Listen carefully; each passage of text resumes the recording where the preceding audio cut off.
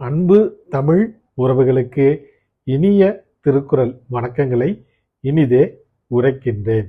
நான் உங்கள் மூவேந்திர பாண்டியன். நாளொரு திருக்குறள் வரிசையில் இன்றைய தினம் பொருட்பாலில் 40வது அதிகாரமாக உள்ள கல்வி என்ற அதிகார தலைப்பின் கீழ் அமைந்துள்ள 397வது திருக்குறளை காணப்போகின்றோம். கல்வி என்பதற்கு கல்வியின் சிறப்புகள் என்ற பொருளில் இந்த அதிகாரத்தின் தலைப்பு அமையப்பெற்றுள்ளது.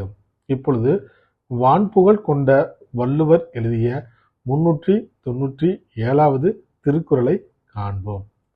யாதானும் நாடாமால் ஊராமால் என்னொருவன் சாந்துணையும் கல்லாதவாறு.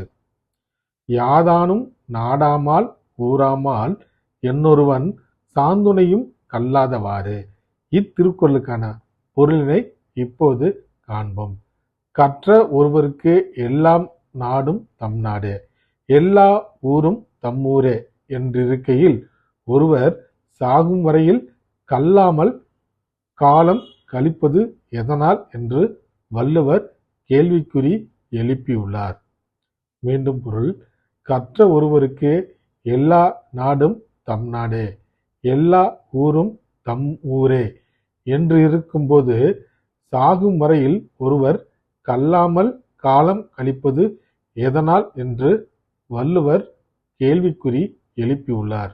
ஆம் தோழர்களே, நாம் இறப்பதற்கு முன்பாக எவ்வளவு கற்றுத் தெளிய முடியுமோ அவ்வளவு கற்றுத் தெளிந்து வாழ்வில் சிறப்படைவோம். வாழ்க தமிழ், வளர்க தமிழ்நாடு. நன்றி, வணக்கம்.